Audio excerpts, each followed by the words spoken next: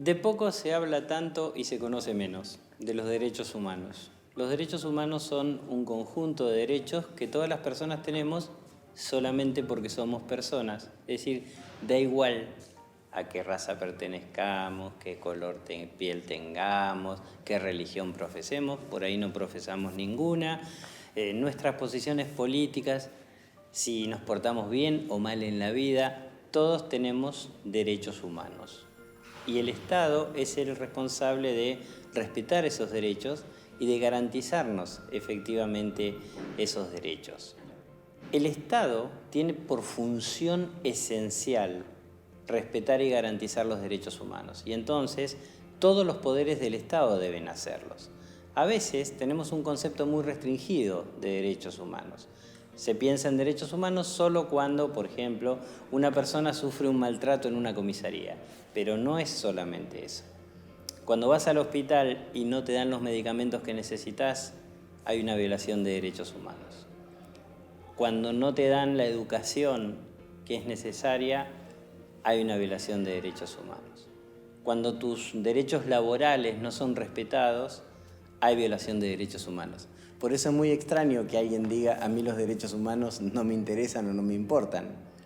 Más bien es como cuando un cirujano dice, a mí la anestesia no me importa. Bueno, la anestesia hace al trabajo del cirujano y a la vida de todas las personas hacen efectivamente los derechos humanos. ¿Cuáles son esos derechos humanos? Bueno, están permanentemente evolucionando, pero al menos podemos hablar de que son los derechos civiles, políticos, económicos, sociales y culturales. Y si los traducimos a derechos concretos, a no ser privado arbitrariamente de la vida, a no sufrir torturas o tratos crueles, inhumanos y degradantes, a que se nos proteja contra la trata de personas, que es un gran problema hoy, o la esclavitud o la servidumbre, a que no se nos encarcele arbitrariamente el derecho a la libertad, a nuestra libertad de opinión, de conciencia, de religión, nuestra libertad de reunión, a estar protegidos contra los discursos de odio, los derechos políticos, a votar, a presentarnos a elecciones, los derechos económicos, sociales y culturales. Hoy hablaba de la educación, efectivamente, que tiene que ver con el acceso a la educación y que tiene que ver también con que se nos brinde una educación de calidad.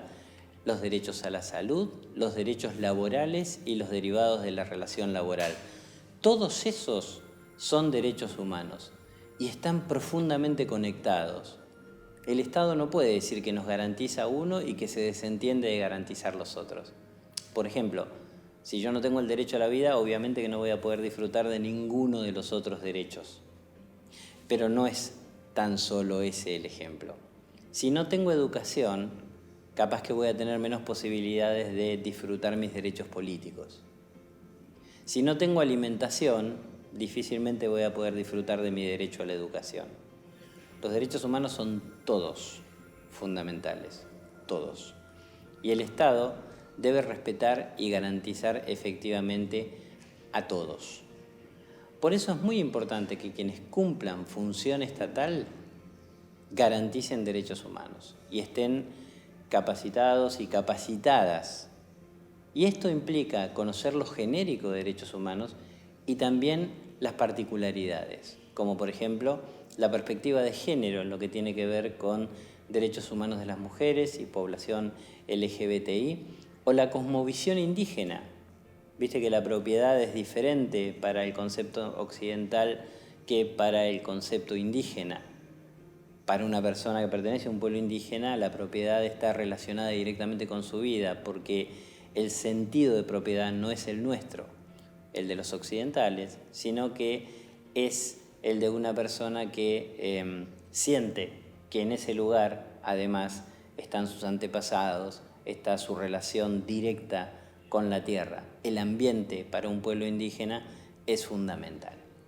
Entonces, todas las personas que operan dentro del Estado, en cualquier lugar, en el Poder Ejecutivo, en el Poder Legislativo, en el Poder Judicial, la persona que te atiende en una oficina burocrática en la administración, todas, absolutamente todas, tienen que conocer y practicar el respeto y la garantía de los derechos humanos.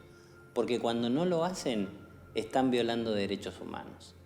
Yo soy docente en una universidad pública. Si yo discrimino cuando doy clases, estoy violando derechos humanos. Suena fuerte identificarse a uno mismo como un posible violador de derechos humanos, porque pensamos que los violadores de los derechos humanos son los peores sujetos que han pasado por la historia. Y por supuesto que lo son, claro. Son los que cometieron crímenes contra la humanidad como los que se cometieron durante la dictadura militar en nuestro país. Pero todas las personas que trabajamos en el Estado tenemos un enorme privilegio, pero una gran responsabilidad. Y la responsabilidad es equivalente a ese privilegio.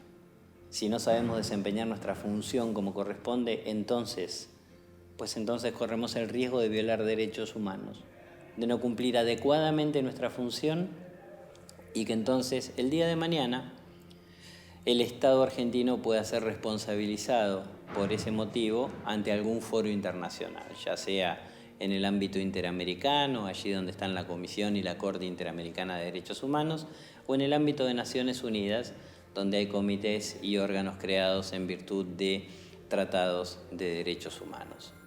El concepto de derechos humanos, además, evoluciona todo el tiempo. Así que hay que actualizarse en relación a las cosas que van pasando. Por ejemplo, aunque los tratados clásicos de derechos humanos no hablaban del derecho a la verdad en relación a lo que ocurrió por violaciones de derechos humanos en el pasado, hoy el derecho a la verdad está reconocido efectivamente. Y aunque los derechos humanos involucren fundamentalmente actitudes del Estado, hoy se empieza a mirar fuertemente la responsabilidad por violación de derechos humanos que cometen quienes no necesariamente están en el Estado. Por ejemplo, las empresas transnacionales o empresas que no son transnacionales, pero que tienen a su cargo un montón de personas y que entonces pueden someterlas a trabajo esclavo, por ejemplo. Eso es una violación de derechos humanos. Y naturalmente, la discriminación y la violencia en contra de las mujeres, en el ámbito público o en el ámbito privado, constituyen efectivamente violaciones de derechos humanos a las cuales hay que hacer frente. Los derechos humanos, además, son la manera de tener una sociedad mejor. ¿Quién puede estar en contra de que las personas tengan educación, salud, trabajo, de que no se las torture, de que no se las discrimine? Un mundo efectivamente así estaría bárbaro, ¿no?